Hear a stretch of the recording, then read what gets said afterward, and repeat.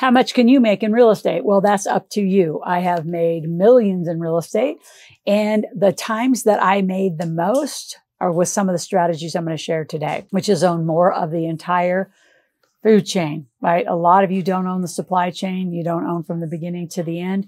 You outsource everything and you don't do anything yourself. You don't own directly. So I want to revamp how you do that so you can make the most in real estate. So 3 things I want to talk about is how do you start with little or no money?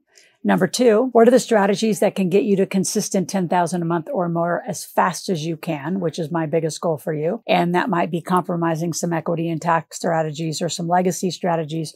But again, you've got to think, what is my biggest goal? Is my ambitious goal to get to 10,000 a month or to buy assets that are going to have a huge appreciation value? Can you find both? Potentially, yes.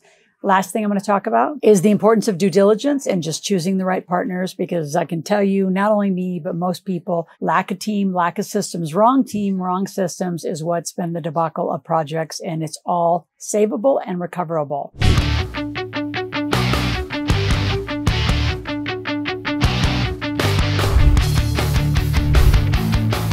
So how do you start with no money? Well, again, you're going to look at other people's money, other people's credit, other people's IRAs. Those are easy. SBA loans, traditional loans. Believe it or not, traditional banks for first-time home buyers or first-time investors is sometimes better. And partnering with other people who already have lending relationships is a key that a lot of people don't share. You say, well, how do I get them to share their resources? You usually partner with them and you come into that. So you may do more of the work because you don't have the money, but they can actually, be the money and credit. If somebody on the team has really good credit, we have over 500 sources. We can get you funded for anywhere between 100,000, 150,000 if you have good credit or someone on the team does, so you can qualify for that. So attempt as many of those as possible, but how you go into the buy, as many of you know, is critical. How do you keep most of the money, right, is through actually owning more of it. So what are some of the strategies to get to that 10,000 a month? Well, number 1, I would have buyer lists and I would have seller lists. I would have investor lists. So those are 3 big databases I would build along my journey, and I would actually put them in our database. If you don't have a database, go check this out. It's askrms.com, stands for Rapid Marketing Systems. It's campaigns that I use, and you say, yeah, but you're an educator. How's that going to work in real estate? It works. I use the same exact system, different tags, different campaigns, obviously, to go get a buyer, seller, and investor list. So as you start getting that together, you're also looking for a lot of those properties. Where you get to 10,000 is if you buy a property, for example, instead of hiring 1-800-GOT-JUNK, do your own hauling or own the own hauling company. Also own your own construction or handyman company. So you're keeping that money in the house. Then you have to stage and or clean the house. So that's a whole nother company. And then you have a property management company. So I would own a little bit of all of those kinds of companies. Why outsource and give all that money away when you can be a part of all of it? So you're a part of the buy, you're a part of the sale, you're a part of the property management, you're part of the construction. And if you want to go one step further, I've had several partners during COVID where we actually became the distributor of flooring, the distributor of fireplaces, the distributor of rebar, believe it or not, from siding to roofing materials. So we became the distributor in the area. So we would have overrides of other builders building from us. I have also had clients start a pressure washing company as part of all of that. So what do you need? Cement companies. So the more you provide in the whole supply chain of the entire process getting done, the more money you make. And you can crank that up. You can do the traditional route of just getting enough doors in the right markets to acquire enough rental income at 10,000 a month. My sense of it and my experience of it, it's a little bit slower. I would be more additive to the whole model. And if you feel like becoming an educator, which is what I became early on, I would take people on real estate tours. I would charge $2,500 to $5,000 to go on a tour. I'd show them my market. It was called Real Estate as Leverage, where we take you to the streets. So I created a lot of income around my real estate while I was doing that between 1999 and 2005.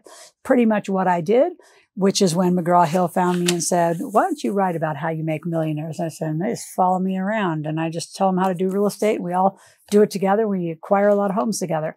Well, could you write a book about that? And I'm like, that's when I had to sit down and really get a system for it on how to act, think, and make money the way the wealthy do.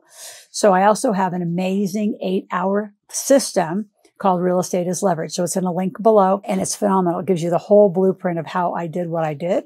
While you're there, I'm going to give you a free copy of my Millionaire Maker book. so you can read and consume it. Find the story most like you. If you're a high income W-2 earner, having real estate in your portfolio is way better from a depreciation standpoint than actually put all your money in the park and pray stock market, because now you have capital gains. You've just contributed to a bigger tax problem. So when you're looking at deals and mitigating risk, you're actually looking for, the law in the state. And I can tell you, becoming a landlord and understanding landlord rights, the taxes of property is critical, especially in this day and era where, California is letting you squat and damage your properties and not be held accountable. So a lot of problems going on in that space. So just be very mindful of it. Now, before I go to further mistakes and how to mitigate risks, I want you to subscribe to my channel. Be here 5 days a week. Click that notification button. Be out here and just consume content. In fact, I actually have a link below for binge watching. I want you to binge watch 25 hours. Like this weekend, just commit. Say, I'm going to give up Netflix, Hulu, Paramount, whatever you watch, and consume 25 hours. In exchange, I'm going to give you a $750, what's called Loral's Bucks. It's money that is credited to no tuition of $750. So that way you get more knowledge and we can have a smarter conversation than me starting from the beginning when I have things like this that you could read and get through it all. How do you mitigate risk and actually avoid mistakes? It's due diligence. So inside my wealth cycle book, I'll give you that too. It's big give day. You get the first 3 chapters of my wealth cycle book, which goes through the 5 Ds of due diligence. How do you do due diligence? How do you look at it? So many of you get cheap in the end and you don't hire, say, like with tenants. You need to do background checks on them, especially now. You need to know the landlord laws. You need to know how fast you can kick them out. How do you evict them? Also, you're going to compare that against HOA or your local ordinance for doing short-term rentals or Airbnbs, vacation rentals. There's a lot of capital in that, but you got big returns. So you have to weigh out, would you rather have somebody in property, for a year, 18 months, 2 years on a contract, or have it turned every weekend on a short-term rental or Airbnb? Up to you, up to cash flow, but make sure you take the high cost and variable cost of maintenance, damages to the property inside of that. So make sure your due diligence is absolutely spot on and make sure you partner with the right people. I do not want a bunch of you beginners all going together. At least have someone be the mentor, the guide. Someone's got a big portfolio, has a lot of experience, love to guide you, love to coach you, love to create real estate millionaires. My fastest is 142 days. Wondering who's going to beat it. If you have any questions, go to askloral.com, ASKLORAL, ask a question, make a request. We'll be back tomorrow.